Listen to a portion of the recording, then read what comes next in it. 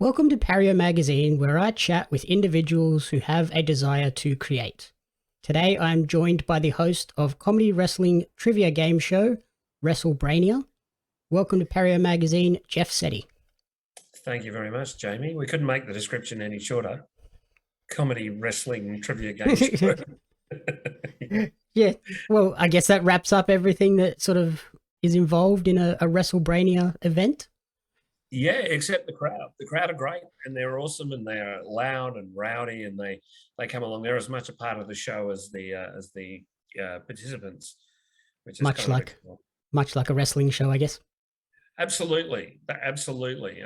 It's a cross between Spicks and Specks and a Roman Colosseum, as I like to describe it. Okay, so obviously we're here today to chat about the story behind Wrestlebrainia and then the Sure. upcoming Melbourne Comedy Festival shows this month.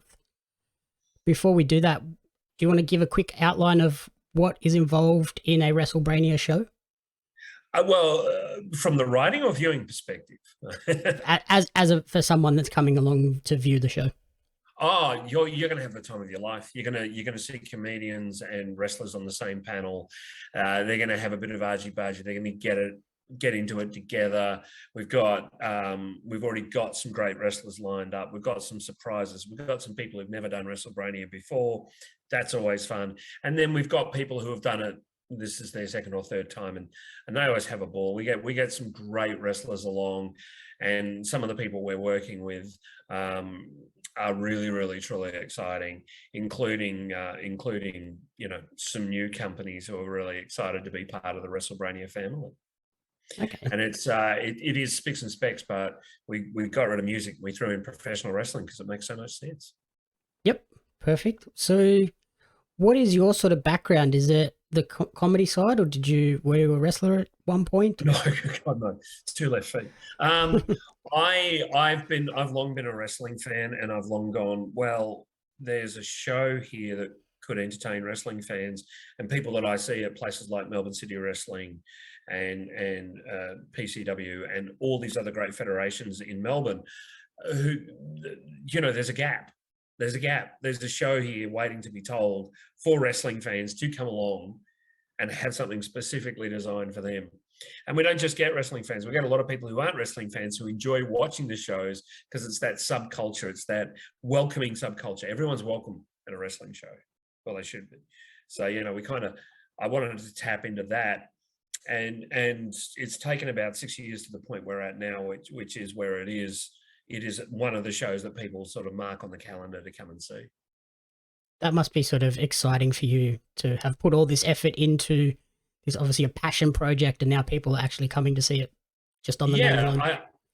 I think people do come and see it. And I think that once they realize that they're as much a part of the show as I said, as those wrestlers on the stage and as the comedians on stage, that makes it easy and that makes it fun. And they yell and scream and cheer and boo and, they get right into it. It's quite wonderful to see because I always say it's not stand-up. It's unlike any other comedy show at the comedy festival each year, as it should be, because it's wrestling and we've got to respect the art form. And you mentioned sort of getting all different audiences. Obviously, it's more catered towards a wrestling fan. They'll get a lot more out of it in terms of sort of context and knowing what the trivia is referring to, but obviously it still does cater to the general public. Oh, for sure. I mean, once you put on, Don't Go Messing with the Country Boy, Hillbilly Jim's old theme, everybody gets down and has a bit of fun. And once you kind of, you get someone to get up there and impersonate The Rock or Stone Cold Steve Austin, everyone knows who those people are. Even if it's a subconscious thing, even if it's, I saw that guy on the Stallone film. Okay, so I'm gonna really, really enjoy this moment with this impersonation.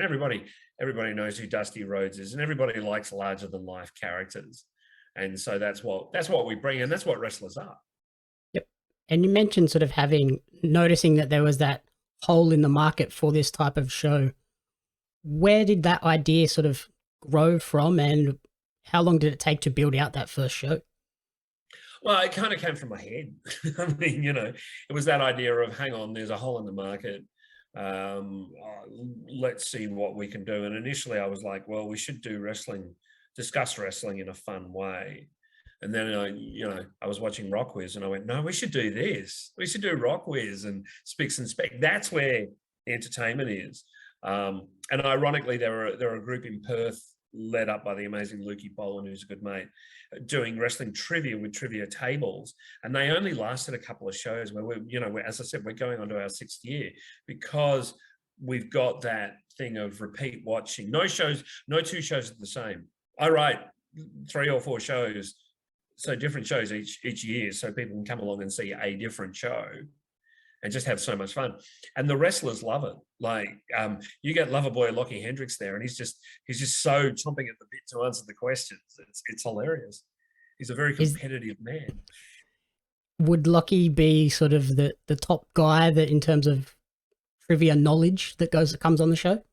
Oh goodness, we've got all kinds. Like Chris Fresh, who's one of the renegades of wrestling head honchos. Fresh loves it. He's very competitive. Tosh Greenslade is one of my team captains, and he's extremely competitive.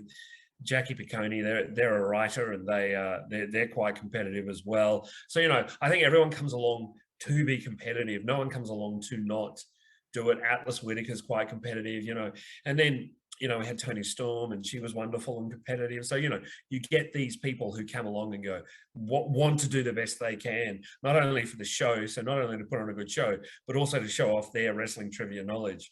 And it makes for such entertainment. And, how we haven't destroyed the catfish brick by brick is amazing, but they still let us back, and we love being there. It's insanity to watch. Like as the host, I kind of step out of my body and watch what's going on as well as participate in it. I imagine there's sort of a lot of pride at stake for these wrestlers that come on the show. They don't want to come on the show and then fail at wrestling trivia. We find there's 2 schools. The first school is very much, hey, we've got to get this right. Pride at stake. Let's get this going. And the other school is, I got no idea what's going on. What the heck's going on here? And it's kind of fun to watch wrestlers go, we got no idea, especially in their special subjects, because there are 8 to 10 games, and one of those games are their mastermind topic, which is a topic that they specialize in. And some of those specializations send me right down a rabbit hole of joy and pain. And I've had some strange subjects, but it's always a good time. For you personally, how much effort goes into these shows? I imagine there's quite a lot of time spent researching and digging into these special topics and just the general topics as well. Yeah, there's a fair bit of time that goes into them. But once I've got the structure of the show, it actually comes together quite easily. So once I know that it'll be this game, so the 8 to 10 games that I choose, it's then pretty straightforward to just work through them and go, okay, I need to do this here and this here and this here. The pain more comes into to putting the presentations together, because every show has a PowerPoint presentation as well.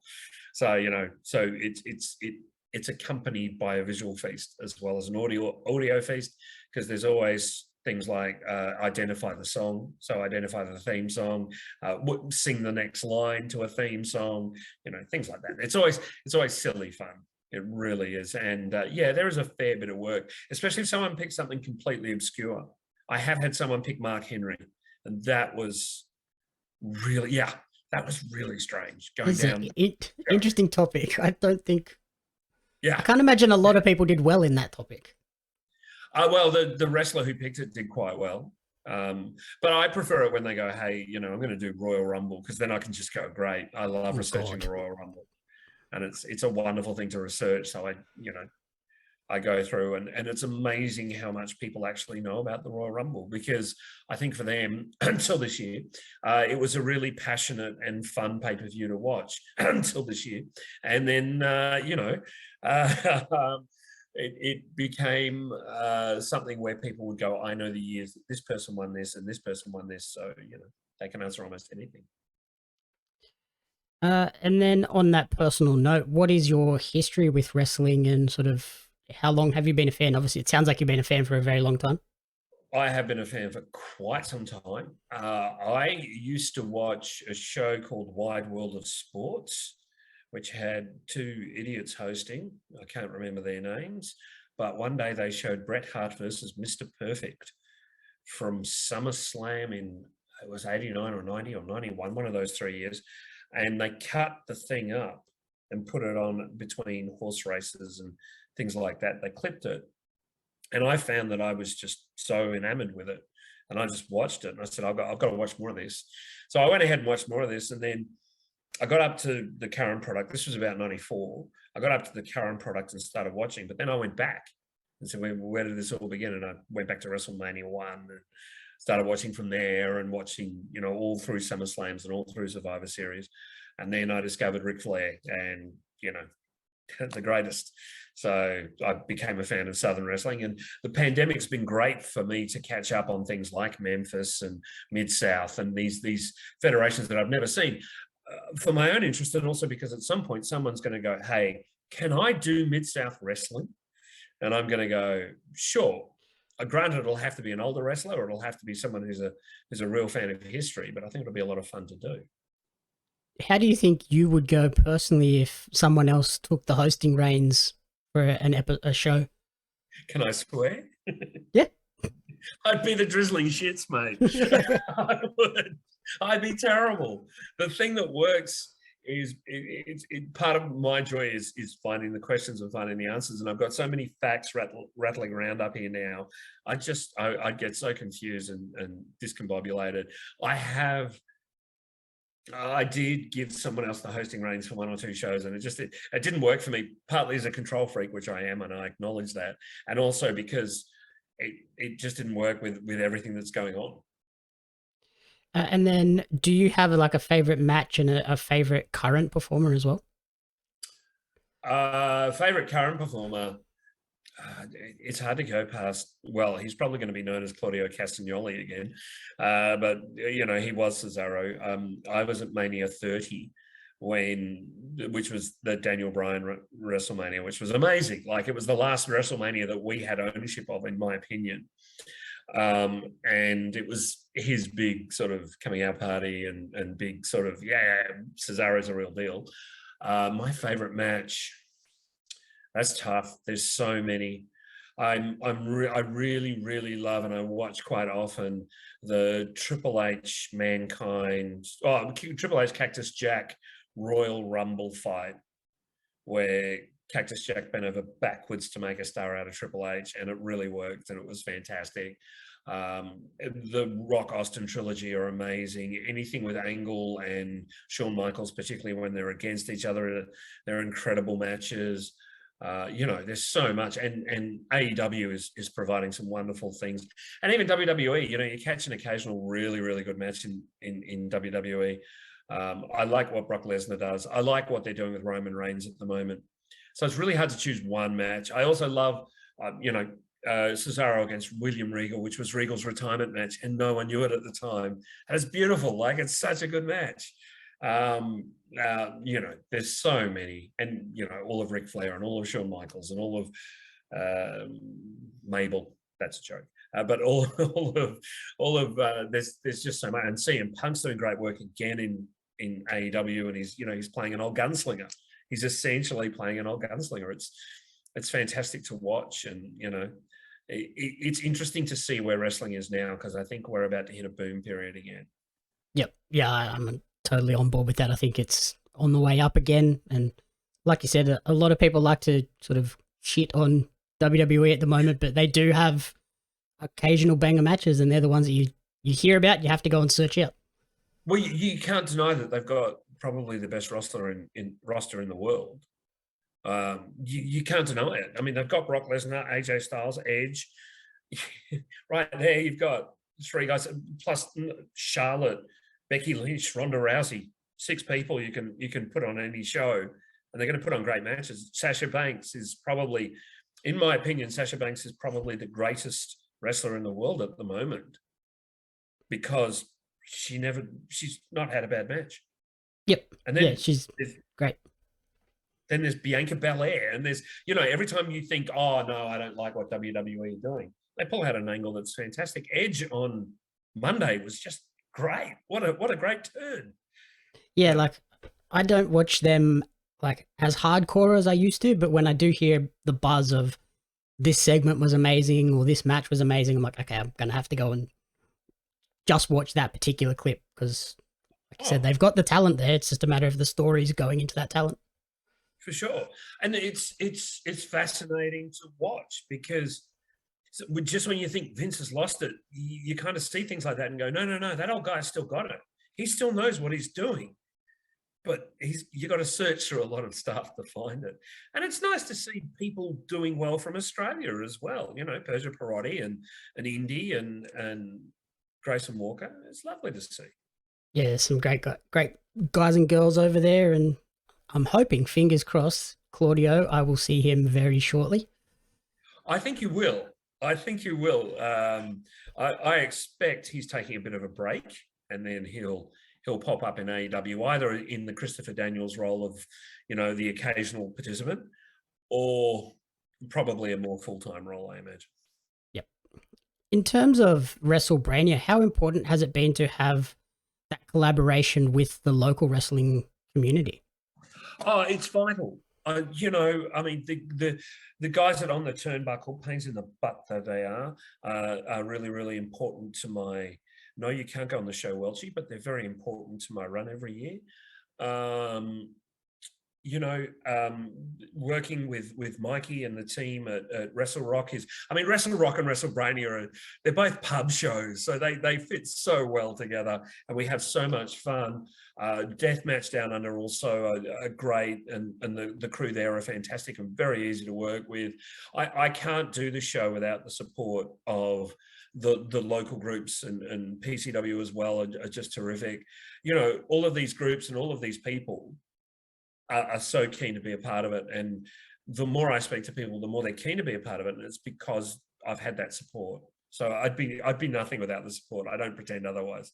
And whenever I go to a new area or a new territory, I kind of put the feelers out and go, hey, are you guys interested in helping me here? And I've never had a no.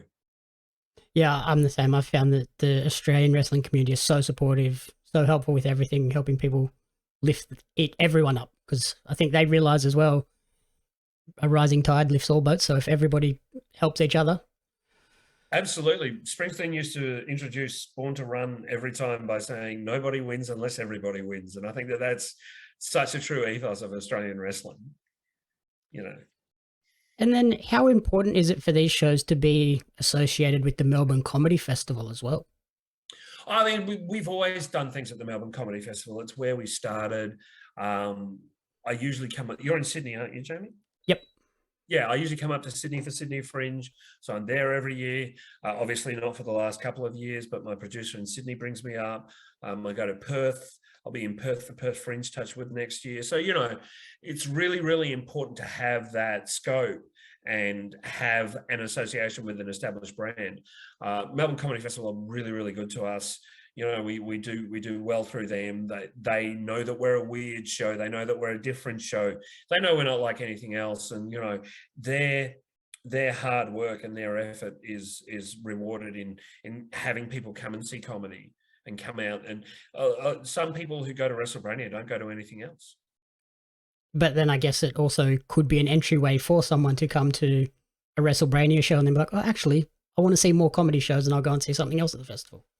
Absolutely. And we've got, you know, every year we've got some great Melbourne local comedians, but also some national and international comedians. Last year we were lucky to get Broden Kelly from Auntie Donna.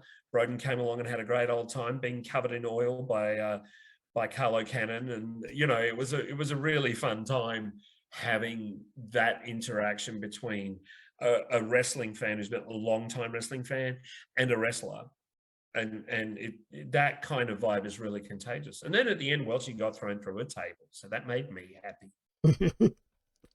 And then lastly, sort of looking beyond this Melbourne Comedy Festival run, is there anything else exciting on the horizon in 2022?